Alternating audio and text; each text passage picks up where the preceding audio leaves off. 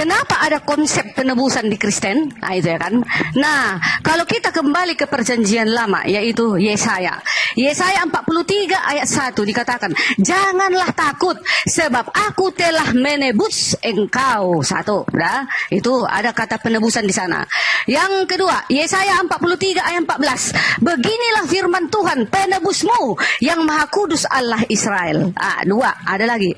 Ada lagi kata penebus. Yesaya 44 ayat 6. Beginilah firman Tuhan Raja dan penebus Israel, Tuhan semesta alam. Yesaya 53 ayat 10. Tetapi Tuhan berkehendak meremukkan dia dengan kesakitan apabila ia menyerahkan dirinya sebagai korban penebus salah.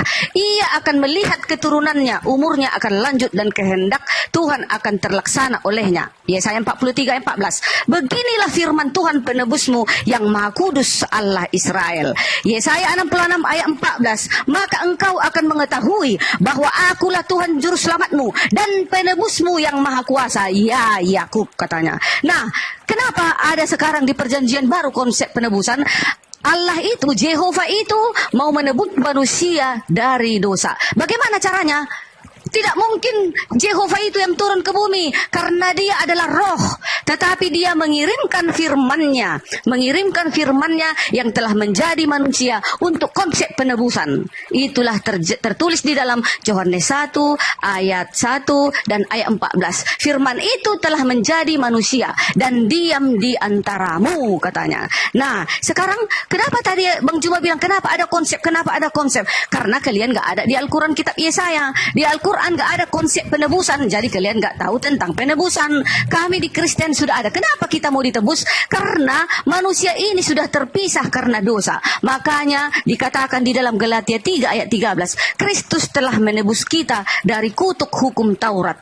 Yang terkutuk itu siapa? Bukan Yesus yang terkutuk. Yesus itu tidak pernah melakukan kesalahan. Yesus itu tidak pernah mencuri, membunuh, dan semua dosa-dosa dia tidak pernah lakukan. Karena Yesus itu berasal dari Roh Kudus.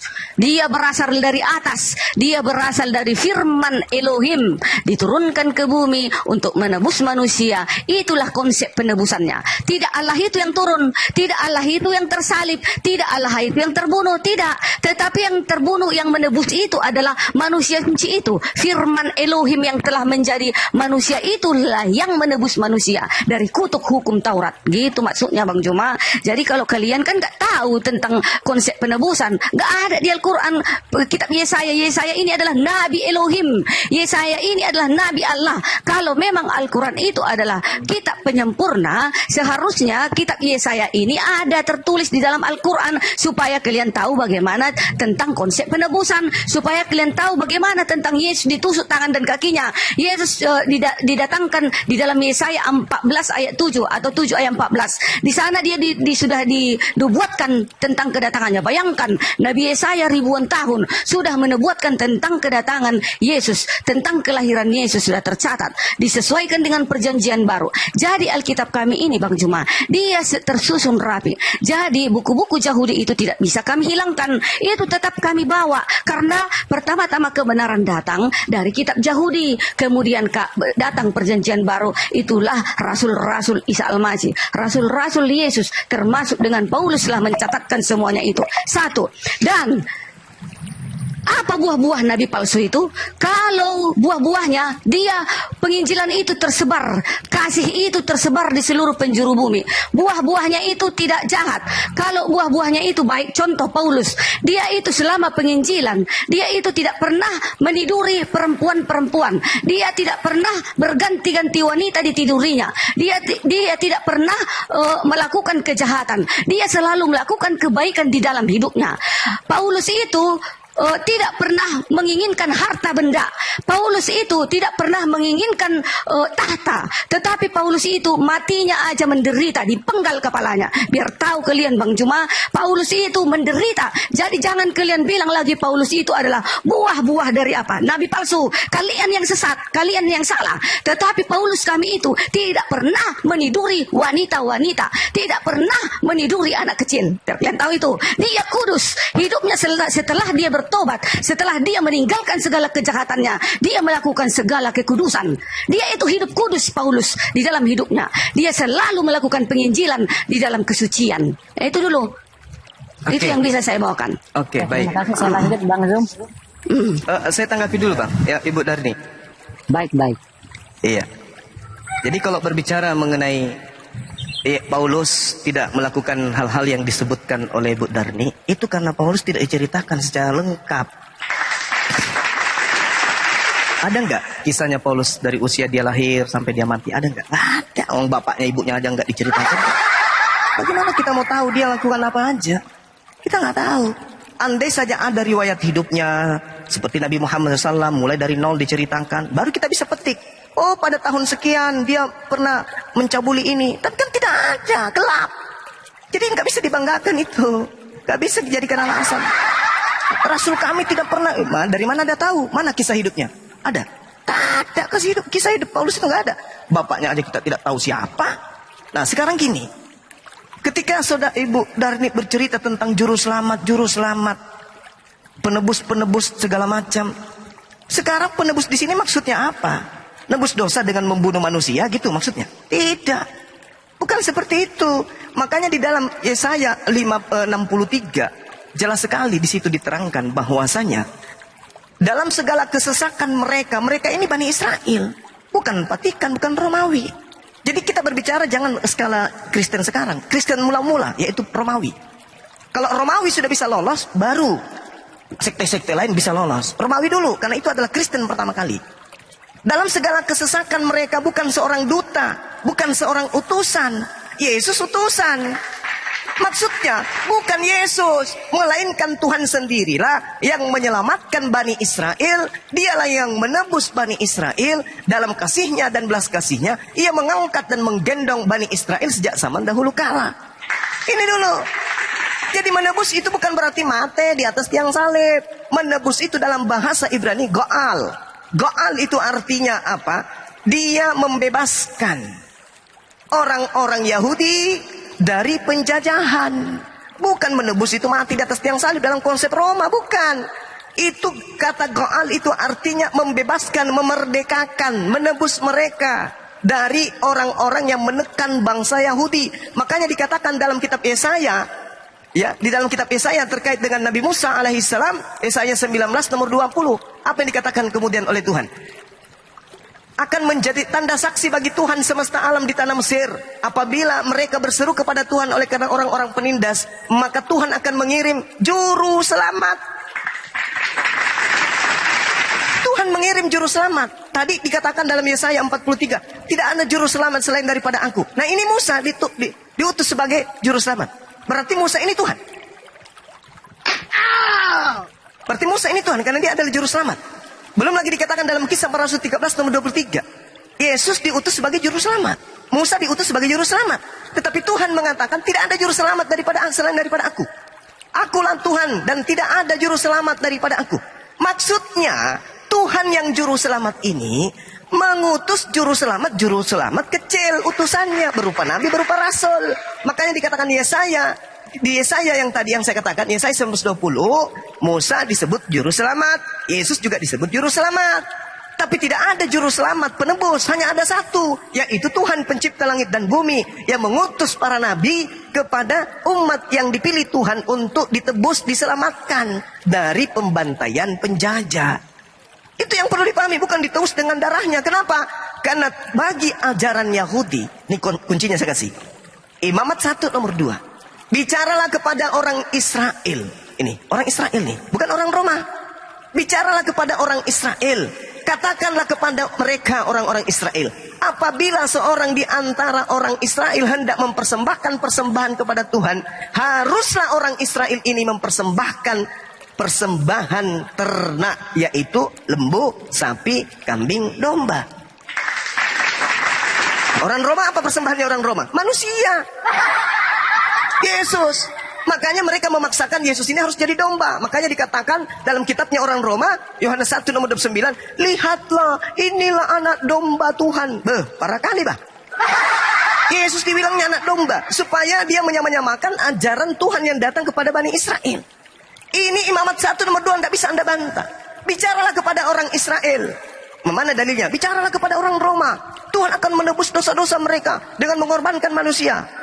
Marah kali itu. Imamat 1 ini adalah pokok hukum tentang pengorbanan, tentang penebusan. Jadi kalau berbicara mengenai penebusan artinya memerdekakan, membebaskan dari tekanan penjajah. Nabi Musa diutus membebaskan Bani Israel dari tekanan orang-orang Mesir. Maka Tuhan mengirim penebus bernama Musa untuk menebus kemudian mereka dari jajahan perbudakan Mesir. Yesus dikirim juga sebagai penebus untuk mengajarkan kemudian orang-orang Israel keluar dari penjajahan orang Romawi. Tapi Yesus gagal, tidak berhasil. Tidak berhasil Yesus itu. Karena kekuatan Romawi bersatu dengan orang Yahudi dan orang Farisi itu membuat makar hingga membunuh Yesus. Sampai Tuhan harus turun tangan menyelamatkan dia ke langit. Nah ini yang perlu Ibu Darni pahami. Bahwa orang-orang Israel diperintahkan kemudian untuk melakukan korban hewan berupa sapi, domba, lembu. Jangan diganti-ganti dengan korban Roma. Orang pagan, orang dewa Molok menggantikan dengan hewan. Dengan manusia. Nah itu. Lalu kemudian saya simpulkan. Bahwasanya ketika orang-orang Kristen ini mengatakan bahwa dia paling Yahudi, dia paling benar dan seterusnya. Ingat. Orang-orang Kristen zaman sekarang itu hanyalah pengikut daripada orang-orang Roma. Orang Roma lah yang pertama sekali menjadi Kristen. Dalam agama mereka disebut Katolik. Orang Roma lah yang memperkenalkan tentang kitabnya orang Kristen. Orang Roma lah yang memperkenalkan Tuhan bernama Yesus. Bukan orang Yahudi yang memperkenalkan itu. Orang Roma. Nah, kalau demikian berarti di mana tertulis tentang nubuatan orang Roma ini di dalam Bible? Tak ada. Yesaya 53 untuk orang Roma, untuk orang Yahudi. Mana lagi? Ya mana lagi? Daniel untuk orang Yahudi. Apalagi Samuel untuk orang Yahudi. Mana untuk orang Roma? Ada? Nggak ada. Makanya Tuhan mengatakan, jangan kau membunuh orang yang benar, jangan kau membunuh orang yang tidak bersalah. Sebab aku Tuhan tidak akan membenarkan orang yang salah. Yang salah pada saat itu siapa? Roma. Kenapa? Menyembah dewa matahari. Masakan Tuhan membunuh orang benar demi untuk menyelamatkan orang Roma penyembah matahari? Itu tak mungkin. Tak mungkin. Jadi bukan orang Kristen yang ada di Indonesia ini, orang Roma dulu. Kalau orang Roma sudah bisa lolos di dalam di dalam konsep agama Yahudi, barulah Kristen bisa lolos. Roma dulu diloloskan. Demikian, silakan.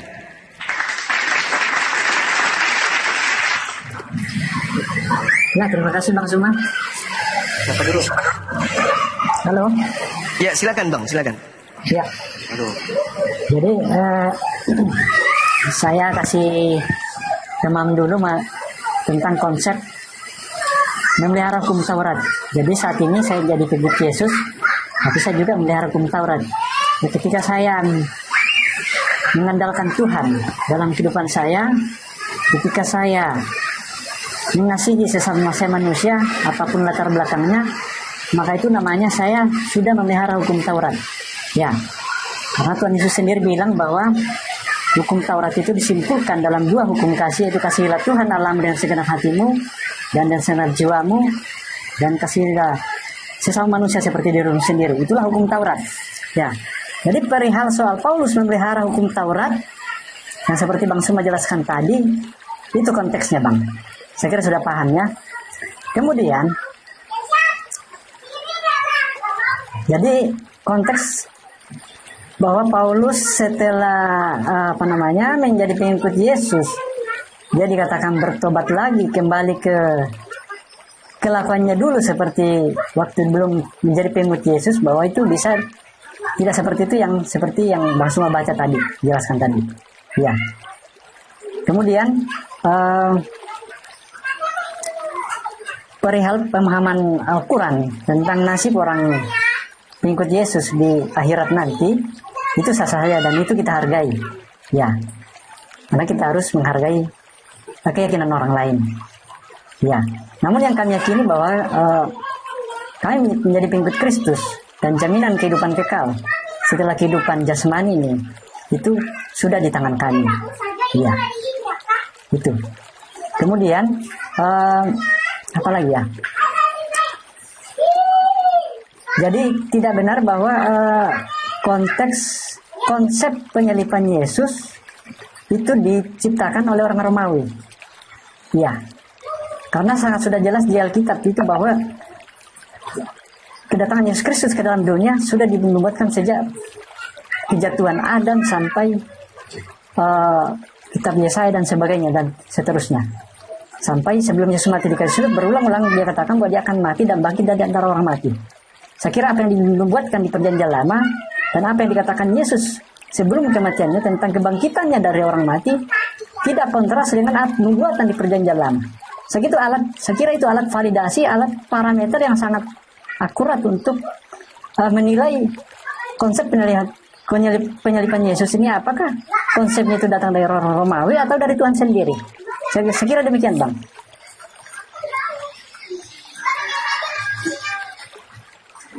Ya, shalom. Boleh saya, Bang? Shalom.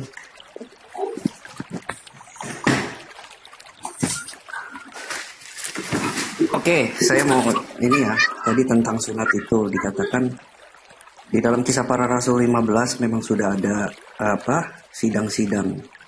Pada saat itu mengapa waktu itu Kisah Para Rasul 15 ayat 5, tetapi beberapa orang dari golongan Farisi yang telah menjadi percaya datang dan berkata, orang-orang bukan Yahudi harus disunat, diwajibkan untuk menuruti hukum Musa. Maka bersidanglah rasul-rasul dan penatua untuk membicarakan soal itu.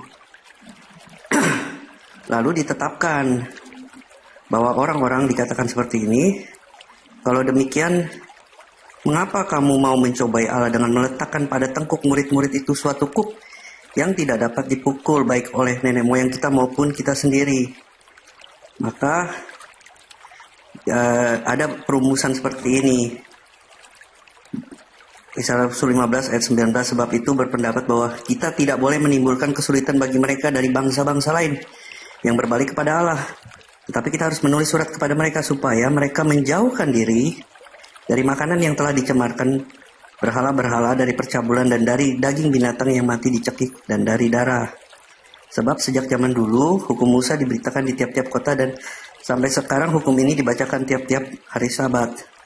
Nah, memang tidak ada pengkhususan untuk bangsa yang di luar Yahudi untuk bersunat.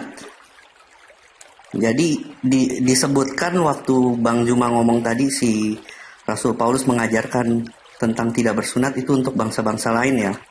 Kan Rasul Paulus itu memang rasul untuk bangsa-bangsa lain. Gitu. Jadi yang jadi pertanyaan, kenapa kita orang Kristen tidak disunat? Memang kami kan, kecuali kalau kami ini orang Yahudi, ya itu mungkin berlaku untuk kami. Orang-orang Kristen ini kan banyak di mana-mana, orang Jawa, orang Sunda, orang Batak, orang Cina. Apakah mereka keturunan Abraham? Sedangkan janji itu kan diberikan daging oleh Abraham. Menjadi pertanyaan, kenapa ini umat Islam yang tidak dijanjikan, yang bukan keturunan Abraham, menyolong atau mengambil hukum atau perjanjian Abraham ini dan disematkan kepada umat-umatnya? Umat Jawa, umat Cina, umat Papua. Mereka kan nggak mancung, mereka bukan keturunan dari Abraham. Kenapa harus dipaksakan di situ? Itu kan jadi menyalahkan perjanjian Abraham dengan Tuhan itu ya. Saya rasa di sini juga tambahan saya juga tentang nabi palsu, atau dibilang Rasul Paulus ini kan dilihat dari buahnya. Kalau kita lihat dari kehidupan Rasul Paulus bahkan tidak mengambil keuntungan sendiri dalam pelayanannya, dalam kehidupannya. Bahkan dia tidak menikah, tidak mengumbar hawa nafsunya. Nah, sedangkan ajaran nabi yang palsu itu ya mengumbar hawa nafsunya dengan boleh merampok dan menikah banyak. Oke, saya rasa cukup ya. Iya. Jangan framing ya. Oke. Gini Bang. Oke, sedikit ya, Daeng, Bang. 1 menit izin. Begini Bang. Oke, Anda sudah mengakui bahwa memang boleh sedikit Bang, Daeng? Silakan. 1 menit. Ya. Oke, Anda sudah mengakui ya bahwa memang Paulus memang bertentangan dengan para murid-murid Yesus ya. Dengan dia sebagai rasul untuk orang yang tidak bersunat di luar Israel. Nah, inilah Anda ya. Itu fix. Gak apa-apa. Anda pengikut Paulus, yaitu Kristen. Sekte baru di Nasrani itu Kristen ya, pengikut Paulus Anda. Tetapi saya ingin berkata begini ya. Ketika konsili Yerusalem, ya disitulah perpisahan antara Petrus dengan Paulus. Petrus rasul untuk orang-orang bersunat bagi Bani Israel, dan Paulus untuk orang tidak bersunat seperti Anda ini untuk ke Roma sana ya, barat sana. Itulah fixnya ya, Anda pengikut Paulus. Oke, itu aja yang saya sampaikan. Anda sendiri sudah menyadari. Terima kasih. Lanjut, Deng. Iya, baik. Jadi terlalu jauh kemudian Anda melihat bahwa nabi itu, nabi palsu itu begitu. Tak ada. Nabi palsu itu dari Arab itu tak ada dalilnya. Itu dulu yang perlu saudara selesaikan. Nabi-nabi palsu itu berasal dari Yerusalem. Yang dinubuatkan itu nabi palsu dari Yerusalem. Dan buahnya bukan menikah. Buahnya memanggil Yesus Tuhan. Bernubuat pakai nama Yesus. Mengusir setan pakai nama Yesus. Bermujizat pakai nama Yesus. Itu buah dari nabi palsu. Kapan saudara saya ini bisa sadari itu? Ini saya bacakan dalilnya. Matius 7 nomor 15. Waspadalah kepada nabi-nabi palsu. Dari buahnya kamu akan melihat dia. Salah satu buahnya adalah bermujizat pakai nama Yesus. Kapan Nabi Muhammad bernubuat pakai nama Yesus? Kapan Nabi Muhammad memanggil Yesus dengan panggilan Tuhan? Kapan Nabi Muhammad bernubuat mengusir setan pakai nama Yesus? Tak ada. Berarti buah nabi palsu itu tak ada di Islam. Buah nabi palsu itu ada di Kristen. Memanggil Yesus Tuhan di Kristen. Bernubuat pakai nama Yesus di Kristen. Mengusir setan pakai nama Yesus di Kristen. Lalu mau cari apa lagi? Nah, sudah jelas sekali terang benderang. Ini satu perikop Matius 7 nomor 15 sampai nomor 23. Pada waktu itulah aku akan berterus terang kepada mereka dan berkata, aku tidak pernah mengenal kamu. Nyahlah daripadaku, kamu sekalian pembuat kejahatan. Siapa ini yang diusir? Buah-buah itu tadi yang mempraktikkan buah-buah nabi palsu. Itu loh. Ngapain harus melihat orang yang jauh sementara nabi palsunya ada di antara kalian? Kalian yang mempraktekkan buahnya. Saya katakan kepada saudara ya. Dari buahnya lah kamu akan mengenal mereka. Dapatkah orang memetik buah anggur dari semak duri? Atau buah arak dari rumput duri? Demikianlah setiap pohon yang baik menghasilkan buah yang baik. Sedang pohon yang tidak baik menghasilkan buah yang tidak baik. Tidak mungkin pohon yang baik itu menghasilkan buah yang tidak baik. Ataupun pohon yang tidak baik itu menghasilkan buah yang baik. Dan setiap pohon yang tidak menghasilkan buah yang baik pasti ditebang dan dibuang ke dalam api. Jadi dari buahnya lah kamu akan mengenal mereka. Apa buahnya? Masuk ke data nomor 21. Bukan setiap orang yang menyeru kepadaku Tuhan, Tuhan akan masuk ke dalam kerajaan sorga. Melainkan dia yang melakukan kehendak Bapakku yang ada di surga. Nah ini buah pertama. Buah kedua, pada hari terakhir banyak orang yang berseru kepadaku, Tuhan, Tuhan, bukankah kami telah bernubuat pakai namamu? 2, mengusir setan pakai namamu. 3, bermujizat pakai namamu. 4, waktu itulah aku akan berterus terang kepada mereka. Aku tidak akan dan berkata kepada mereka, aku tidak mengenal kamu, enyahlah daripadaku. Kalian semua adalah pembuat kejahatan. Matius 13 nomor 30, pembuat kejahatan dilemparkan ke dalam api neraka. Ini buahnya sudah sangat jelas loh. Ini di mana ini? Di agama mana ini yang memiliki buah kayak begini? Ya di Kristen. Kenapa cari di tempat lain? Di Kristen ini. Kemudian yang kedua, terkait dengan sunnah. Allah Subhanahu wa ta'ala menjelaskan kemudian dalam Al-Quranul Karim, siapakah mereka yang membenci ajaran Nabi Ibrahim alaihissalam? Siapa itu? Dia adalah orang yang memperbodoh diri, kata Al-Quran. Wa man yarqabu an millata Ibrahim illa man safiha nafsa. Orang yang membenci agama Abraham, orang yang membenci ajaran Abraham hanyalah orang yang memperbodoh dirinya. Apa ajaran Abraham? 1, tauhid, 1 Tuhan, jangan ada yang lain. Yaitu hakikat yang tak serupa dengan makhluk, yang tidak pernah berubah dan tidak pernah dibentuk menjadi apapun. Itu Tuhannya Abraham. Jadi benci oleh orang Kristen. Orang Kristen harus mempertuhankan yang lahir, yang jadi manusia, yang mati di atas tiang salib. Berarti Anda membenci ajaran Nabi Abraham. Yang kedua, korban hewan. Itu ajaran Nabi Abraham. Siapa yang membenci ajaran korban hewan? Kristen. Dengan menggantikan korbannya manusia, hewan menjadi manusia. Berarti Anda membenci korbannya Nabi Musa, Nabi Abraham. Yang ketiga, ajaran Abraham bersunat. Siapa yang membenci bersunat? Ya Kristen. Berarti Anda lah yang membenci ajaran Abraham. Nah, Al-Quran mengatakan wa man yarghabu an millata Ibrahim. Nah, kami tidak membenci ajaran Ibrahim. Tauhid kami masih ikuti. Kurban hewan masih kami ikuti. Sunnat kulub kami masih ikuti. Nah, sementara Tuhan mengatakan di dalam Kejadian 12 nomor 3, siapakah yang memberkati Abraham? Memberkati itu artinya mengaminkan Abraham. Kami umat Islam. Dan siapa yang mengutuk Abraham? Kalian. Yang membenci korban hewan, yang membenci kemudian tauhid, yang membenci kemudian sunat. Kalian yang mengutuk Abraham. Belum lagi hinaan kalian terhadap anaknya Ismail. Belum lagi hinaan kalian terhadap istrinya Hagar. Kalian mengutuk Abraham itu. Lalu kemudian Al-Quran surah An-Nahl ayat 123. Kenapa kami kemudian bersunat? Karena perintahnya adalah mengikuti ajaran Ibrahim. Kami diperintahkan. Summa auhayna ilaika anittabi'a millata Ibrahim hanifan. Kami umat Islam diperintahkan mengikuti ajaran Ibrahim. Apa ajaran Ibrahim? Sunnat. Kami bukan keturunan, tapi kami diperintahkan ikuti ajarannya. Maka kami umat Islam mengikuti ajaran Nabi Ibrahim. Nah, kalian mengikuti ajaran siapa tidak bersunat? Paulus. Keturunan Abraham, Ishak dan Yakub, Ishak dan Ismail, semuanya bersunat. Nah, Kristen dari mana ilmunya tidak bersunat? Ya dari Paulus, pendiri agama kalian. Kenapa Paulus mengajarkan barang siapa yang menyunatkan dirinya, maka Yesus Kristus tidak berguna baginya. Ini ajaran pura-pura. Sudah tahu Romawi tidak bersunat, sudah tahu Yunani tidak bersunat. Dikirimkan lagi surat kayak begitu, ya pasti gembiralah mereka. Wahai Romawi Yunani, apabila kalian menyunatkan dirimu, maka Yesus Kristus tidak berguna bagimu. Orang Roma Yunani memang gak sunat kok. Pura-pura aja untuk menyenangkan majikannya Romawi. Supaya, oh iya betul, kita memang gak perlu sunat. Itu yang perlu saudara-saudara saya pahami. Di dalam Galatia 1 nomor 16, Paulus mengaku, aku diutus untuk orang non-Yahudi. Itulah rasul kalian, agama nabi kalian tuh Paulus. Galatia 2 nomor 8, aku diutus untuk orang-orang yang tidak bersunat. Nah, itulah Paulus, pendiri agama kalian, saudara. Kalian tidak bersunat karena ikut siapa? Rasul kalian Paulus. Sekarang permasalahannya adalah siapa Paulus menurut Yesus? Siapa Paulus menurut Yesus? Sementara nabi palsu buah-buahnya adalah itu tadi, mengambil Yesus, mengambil Yesus, memanggil dengan Tuhan, bernubuat, bermujizat, mengusir setan. Itu pengikut siapa? Paulus. Sementara di dalam Kisah Para Rasul 13 nomor 1 ada beberapa nabi yang ada di Antioquia, di antaranya adalah Nabi Saulus. Para kali bah.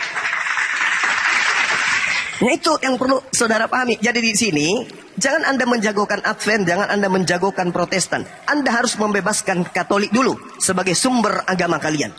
Advent, Protestan, Saksi Yehova, kemudian Pantekosta, kemudian yang lainnya itu tidak berasal dari Yahudi. Semuanya pecahan-pecahan dari Katolik. Nah, induk kalian ini dulu pecahkan. Bisa nggak Katolik ini lolos masuk ke meja Yahudi sebagai agama benar? Tidak bisa. Tidak bisa. Kenapa? Karena ada nabi palsu yang mengaku dirinya utusan untuk orang-orang Roma. Itulah yang perlu saudara pahami. Ingat, konsentrasinya adalah buah dari nabi palsu itu bisa kita kenal. Memanggil Yesus Tuhan, bernubuat pakai nama Yesus, mengusir setan pakai nama Yesus, bermujizat pakai nama Yesus. Dan itu tidak ada di Hindu, tidak ada di Buddha, tidak ada di Islam. Adanya di Kristen sekte manapun. Demikian. Oke, terima kasih Bang Suma. Saya hargai pendapat Bang Suma. Ya, saya kira di Alkitab tidak ada tertulis larangan atau Yesus melarang mengkritik orang-orang yang melakukan mujizat demi nama Yesus, ya, atau menyembuhkan orang yang sakit dengan nama Yesus. Saya ingat waktu Paulus menyembuhkan seorang buta, dia juga menyebut nama Yesus. Petrus bilang, emas dan perak tidak ada padaku, tapi demi nama Yesus. Kalau tidak salah orang tidak bisa jalan itu, orang buta kan? Aku agak lupa. Emas dan perak tidak ada padaku, tapi demi nama Yesus orang lumpuh berjalanlah. Ya, dan saya kira clear ya bahwa tidak ada Alkitab tidak menyembuhkan demi nama Yesus itu bukan suatu dosa dalam Alkitab. Jadi clear ya Bang Suma ya. Kemudian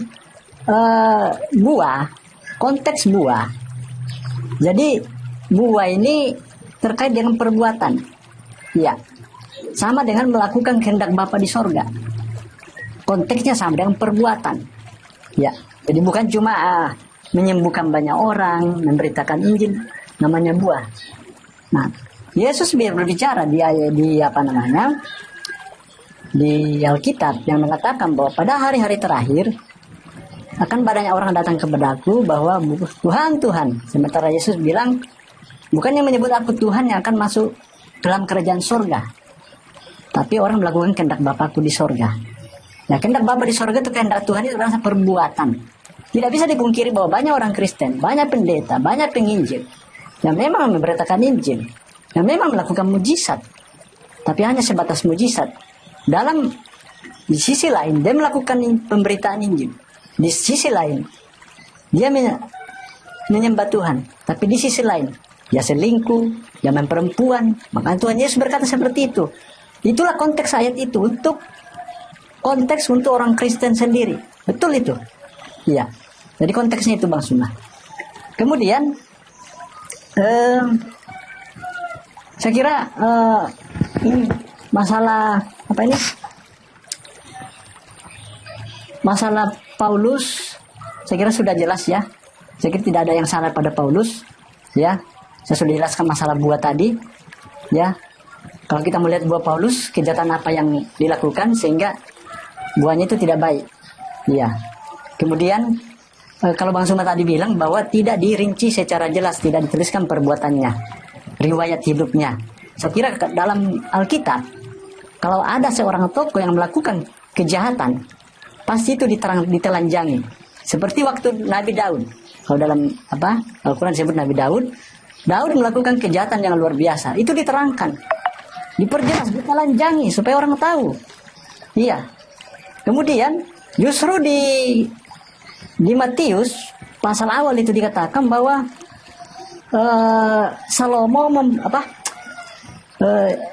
Daud memperanakan Salomo dari istri Uria. Dipermalukan di situ Daud. Iya, bukan dibilang Salomo memperanakan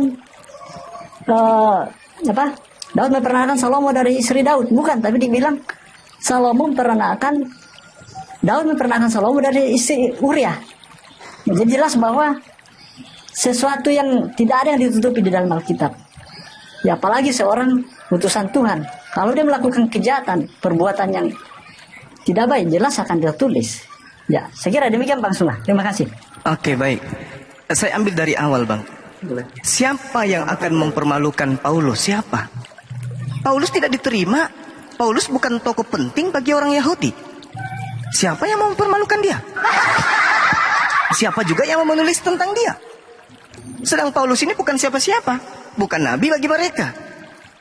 Lalu kemudian ketika saudara mengatakan bahwa Daud kemudian dipermalukan di kitab-kitab, itu kitabnya orang Yahudi atau kitabnya saudara? Yang kita tahu itu adalah kitab perjanjian lama. Kita belum pernah menemukan perjanjian lama kitab Tanaknya seperti itukah ceritanya atau tidak. Itu dulu. Kemudian ketika saudara mengatakan bahwasanya Paulus itu tidak diceritakan begini, yang mau menceritakan dia siapa? Sementara dia itu adalah nabi diutus untuk non-Yahudi. Lalu yang mau menulis tentang dia siapa? Lawang orang Roma aja, orang Kristen aja tidak tahu siapa dia kok. Apalagi orang lain. Siapa nama bapaknya? Ada yang tahu? Tak ada yang tahu. Nama ibunya yang melahirkan dia ada yang tahu? Tak ada satupun di dunia ini yang tahu. Siapa bapaknya, siapa emaknya, kok tiba-tiba jadi rasul bagi orang Roma? Nah, itu yang perlu saudara pahami. Lalu kemudian terkait dengan pengajaran Paulus bermukjizat dan seterusnya. Saudaraku, kunci dari pengajaran nabi palsu itu sudah sangat jelas diterangkan, kecuali mereka yang melakukan kehendak Bapa. Kan ada dua kelompok yang muncul di tengah-tengah Yesus. Yang pertama kelompok Yahudi, yang kedua adalah kelompok Kristen Romawi, atau dalam hal ini adalah Vatikan. Nah, sekarang dua-duanya pengikut Yesus memanggil Yesus Tuhan, bermujizat juga. Oke. Nah, kedua, orang Kristen dari Romawi memanggil Yesus Tuhan, bermujizat juga. Seperti Andi Simon, bermujizat juga. Tapi tolak ukurnya apa? Kecuali mereka yang melakukan kehendak Bapakku yang ada di surga. Nah, atas kehendak siapa Yesus mati di atas tiang salib yang saudara imani? Atas kehendak Tuhan, mana dalilnya? Atas kehendak siapa kalian menyembah Yesus? Ada dalilnya? Tidak ada. Harus bermuara ke kehendak Bapa. Atas kehendak siapa kalian makan babi? Atas kehendak siapa kalian tidak bersunat? Atas kehendak siapa kalian ibadah hari Minggu? Apakah berdasar atas kehendak Bapa? Tidak. Inilah yang kalian diusir. Tanda-tanda nabi palsu itu memanggil aku Tuhan, tetapi tidak melakukan kehendak Bapa. Kalau murid Yesus Yahudi memanggil Yesus Tuhan, junjungan, gembala, tapi mereka melakukan kehendak Bapa. Itu pembedanya. Kalian juga memanggil Yesus Kurios, Tuhan, berubah menjadi Tuhan. Tapi kalian tidak melakukan kehendak Bapa. Andai saja kalian melakukan kehendak Bapa, mustahil kalian menjadi Kristen pengikut Katolik, mustahil. Karena Bapa tidak pernah menginginkan agama Katolik itu. Bapa tidak pernah menginginkan agama Kristen. Bapa tidak pernah menginginkan agama Advent, Pantekosta, apapun itu. Bapa hanya mau hukum Taurat itu ditegakkan kepada Bani Israel. Itu aja. Di luar daripada itu, sesat. Makanya Yesus sudah memberikan supaya kita berpikir nih. Waspadalah kepada nabi-nabi palsu yang datang kepada Bani Israel menyamar seperti domba, tetapi sesungguhnya mereka bukan domba tapi serigala. Nah sekarang siapa yang nebeng ke Yahudi Israel tapi bukan Israel? Katolik Roma. Katolik Roma yang bukan Yahudi tapi nebeng-nebeng. Membawa kitabnya Yahudi nyamar-nyamar. Oh kami ini adalah Tuhan penyembah Elohim. Mana ada? Jadi waspadalah kepada nabi-nabi palsu yang datang kepadamu dengan menyamar seperti domba, tetapi sesungguhnya mereka adalah serigala yang buas. Dari buahnya lah kamu akan mengenal mereka. Tuh, orang Yahudi akan mengenal buahnya. Nah sekarang tanya orang Yahudi, buah dari nabi palsu itu yang mana? Islam atau Kristen? Tanya mereka satu persatu. Buah dari nabi palsu yang ada di tengah-tengah Bani Israel itu yang menjadi Abu Dasora, yang menjadi bidat, Islam atau Kristen? Tanya kepada mereka. Pasti mereka akan mengatakan Kristen. Kalianlah bidat itu. Bidat Romawi adalah, bidat Yahudi adalah Kristen. Kenapa dikatakan Kristen ini bidat Yahudi? Karena Kristen mengambil kitabnya orang Yahudi. Islam tidak. Yang menyamar seperti Yahudi rohani, Israel rohani, ya hanya Kristen. Yang bukan Israel, yang ngaku-ngaku sebagai pengikut nabi-nabi Israel, yang mengambil kitabnya Israel, yang menyembah juga kepada Tuhan Israel, katanya itu adalah Kristen, bukan yang lain. Nah, coba Anda satukan tuh, bisa enggak agama Katolik Kristen ini disatukan dengan Yahudi? Bisa enggak? Enggak bisa. Enggak bisa. Ini PR. Jadi buah-buah dari pengajaran nabi palsu itu adalah memanggil Yesus Tuhan, melakukan satu amalan yang tidak berlandaskan kepada kehendak Elohim. Kristen memanggil Yesus Tuhan, bermujizat, bernubuat, kemudian mengusir setan dalam nama Yesus, dalam nama Yesus. Nah sekarang ditanya, oke, kau gunakan nama Yesus, ya. Sekarang kamu nyembah Yesus, ya. Itu kehendak Bapa atau bukan? Bukan. Nah itulah buahnya. Itulah buahnya. Mereka melakukan mujizat dan sebagainya, tapi tidak melakukan kehendak Bapa. Seperti itu, Bung. Mungkin saya sekali lagi ya. Saya sekali lagi ya. Karena 2 menit, Bang. Sini mau asar. Ya, jangan dulu pergi Bang Juma. Aku 2 menit baru Bang Astroban ya. Nah, siapakah nabi palsu yang tidak menuruti kehendak Bapa? Ayo kita tiru. Ayo kita periksa. Nabi palsu yang tidak menuruti kehendak Bapa. Paulus mengatakan di dalam Galatia 3 ayat 24. Hukum Taurat adalah penuntun bagi kamu sampai Yesus datang. Nah, Paulus mengatakan hukum yang ke-10 itu penuntun bagi kamu sampai Yesus datang. Sekarang nabi palsu. Apakah nabi palsu itu menuruti hukum? Hukum pertama, jangan ada padamu Allah lain di hadapanmu. Apakah nabi palsu itu mengimani Yahweh atau Allah yang lain? Nah, itu dia ya, itu nabi palsu. Kalau ada nabi tidak mengakui Yahweh adalah Allah pencipta langit dan bumi, itu nabi palsu. Yang kedua, jangan membuat bagimu patung baik menyerupai apapun di udara. Siapa nabi palsu? Siapa nabi yang mengajarkan membungkuk ke suatu benda, membungkuk ke suatu barang, atau itu berbentuk pohon, berbentuk patung, berbentuk batu, itu nabi palsu. Yang ketiga, siapa yang menyebut nama Elohim sembarangan, mengganti Elohim dengan nama yang lain, itu nabi palsu. Yang keempat, siapa yang tidak mengajarkan umatnya menguduskan hari Sabat, yaitu hari Sabtu, ini hari adalah hari Sabat, itu adalah nabi palsu. Yang kelima, siapa mengatakan orang tuanya di dalam neraka, itu adalah nabi palsu. Yang keenam, siapa mengajarkan membunuh, bunuhlah. Siapa yang tidak mau masuk Kristen, habisi dia, potong lehernya, penggal kepalanya, itu adalah nabi palsu yang datang dari setan. Yang ketujuh, keberapa tadi? Keenam.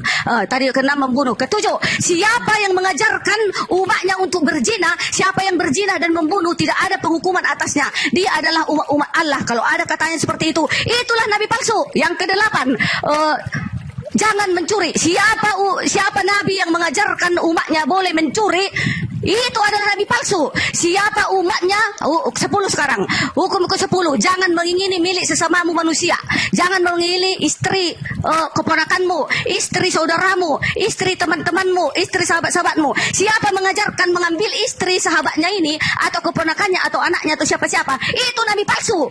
Itulah yang akan dienyahkan di muka bumi ini nanti Yesus datang. Santai kau. Enyahlah kau, hai Bunda Rahma. Enyahlah kau, karena kau mengajarkan membunuh, karena engkau mengajarkan mengingini istri orang lain. Itu nabi palsu, Bang Juma. Jadi jangan bilang Paulus nabi palsu. Nabi Paulus, tunggu dulu. Nabi Paulus tidak pernah melakukan semuanya itu. Dia tidak membunuh, dia tidak berzina, dia tidak mengingini istri saudaranya, dia tidak melakukan semuanya. Dia menguduskan hari Sabat. Setiap hari Sabat Paulus dengan Yesus juga menguduskan hari Sabat. Ingat itu kalian semua yang ada di bawah 1400. Bertobatlah, Yesus akan segera datang. Paulus itu adalah bukan nabi, dia adalah rasul Yesus. Dia adalah rasul Isa Al-Masih yang harus kita turuti, karena dia tidak pernah melakukan kejahatan. Dia murni loh, tidak mendapat duit, tidak mendapat wanita-wanita, tidak mendapat tahta dan segalanya. Mati pun dia dipenggal kepalanya. Bayangkan Bang Juma. Oke, silakan kawanku yang lain. Tunggu, saya tanggapi dulu.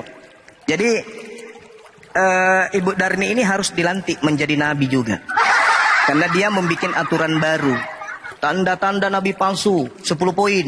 Ini yang pertama, yang kedua ini, yang ketiga. Ini akal-akalan Bu Darni. Tidak ada dalilnya. Bang Juma tadi yang bilang yang tidak melakukan kehendak Bapa. Kehendak Bapa itu menuruti hukumnya. Bukan, dari buahnya. Dari buah pengajaran nabi palsu tidak melakukan kehendak Bapa. Dari buahnya nabi palsu itu. Bukan tanda-tanda seperti itu yang diterangkan oleh Yesus. Tanda-tanda nabi palsu kita lihat. Tadi saya sudah terangkan kepada ibu. Sekarang lihat Matius 24 nomor 24. Sebab nabi-nabi palsu akan muncul. Dan mereka akan mengadakan tanda-tanda yang dahsyat. Dan mukjizat-mukjizat. Sehingga sekiranya mungkin mereka menyesatkan orang-orang pilihan juga. Siapa orang pilihan yang disesatkan oleh nabi palsu ini? Siapa orang-orang pilihan? Ini nabi palsu di tengah-tengah Bani Israel yang menyesatkan imam-imam, kepala mahkamah agama, murid-murid Yesus. Ini yang dimaksud. Jangan lari ke Arab, tidak ada hubungannya. Lalu di dalam Matius kemudian 24. Jadi apabila seorang berkata kepadamu, lihat, Mesias ada di gurun, Yesus ada di gurun, jangan kau pergi ke sana. Lihat, Yesus ada di dalam bilik, jangan kau percaya. Ini tanda-tanda nabi palsu kok larinya kemana-mana. Jangan gara-gara Nabi Muhammad sama seperti Nabi Musa, Anda mengatakan dia memenuhi itu. Nabi Muhammad itu nabi yang sama seperti Musa, membunuh, harta rampasan perang. Itu Nabi Musa harus kayak begitu memang. Untuk menegakkan hukum, maka harus kemudian ada yang harus korban. Siapa? Mereka yang kemudian membantai dan membenci ajaran Tuhan. Nabi Musa, jangan kau biarkan apapun yang bernapas, kepung. Bukan cuma manusia yang diperintahkan dibunuh oleh Nabi Musa, oleh Tuhan kepada Nabi Musa. Hewan, tumbuh-tumbuhan, bunuh semua. Itu, Nabi ini harus bangkit sama seperti Nabi Musa. Jangan Anda justru jadikan itu sebagai tanda-tanda Nabi palsu, bukan. Tanda-tanda Nabi palsu dari buahnya kau bisa melihat dia. Tidak ada di situ berzina, tidak ada di situ membunuh, tidak ada. Memanggil Yesus Tuhan. Terimalah itu. Bermujizat pakai nama Yesus. Terimalah itu. Bernubuat pakai nama Yesus. Mengusir setan pakai nama Yesus. Jangan lari kemana-mana. Kalau berbicara mengenai nabi palsu, di dalam Matius 24 nomor 26. Jangan kau percaya ketika ada orang yang berkata ketemu Yesus di padang gurun. Siapa yang di padang gurun mengaku bertemu dengan Yesus? Siapakah engkau? Apakah engkau Tuhan? Bukan, aku Yesus, manusia dari kota Nazaret yang kau aniaya. Nah, siapa ini yang mengaku ketemu Yesus, Mesias di padang gurun? Ini siapa? Ini siapa? Siapa ini? Paulus. Paulus. Nah, terus yang kedua, mengaku bertemu Yesus dalam bilik. Bilik yang dimaksud di sini apa? Bilik yang dimaksud di sini kamar rahasia. Nah, Paulus di penjara, ketika dia berada di dalam kamar rahasia, yaitu sel atau penjara, dia menuliskan beberapa buku. Filipi, Korintus, ya, yang dituliskan untuk pada saat di Korintus, dia menulis kemudian surat-suratnya. Efesus, kemudian apa lagi? Kitab Filipi dia buat, kitab Roma dia tulis juga dalam penjara, bilik rahasia. Bilik penjara itu adalah bilik rahasia. Sementara di kitab saudara diterangkan dengan sangat jelas bahwa nabi palsu itu mengaku bertemu dengan Yesus di dalam bilik rahasia. Paulus pernah nggak di dalam bilik rahasia? Pernah. Apa itu? Penjara. Apa dalam bilik rahasia dalam bahasa Yunaninya?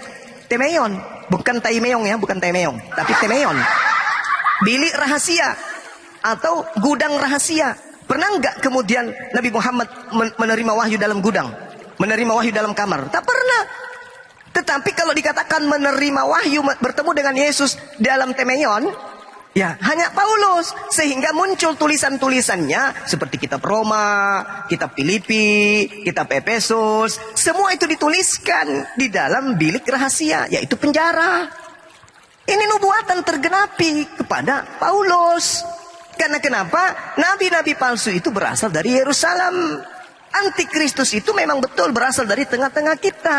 Dan yang mendapatkan petua nasihat untuk waspada adalah Bani Israel. Waspadalah supaya jangan engkau disesatkan. Orang Roma menyesatkan. Siapa itu? Paulus. Paulus itu orang Roma yang menyesatkan. Dia kelahiran Roma, bapaknya juga orang Roma. Dia orang Roma itu, dia serigala yang menyesatkan kemudian orang banyak, orang-orang pilihan.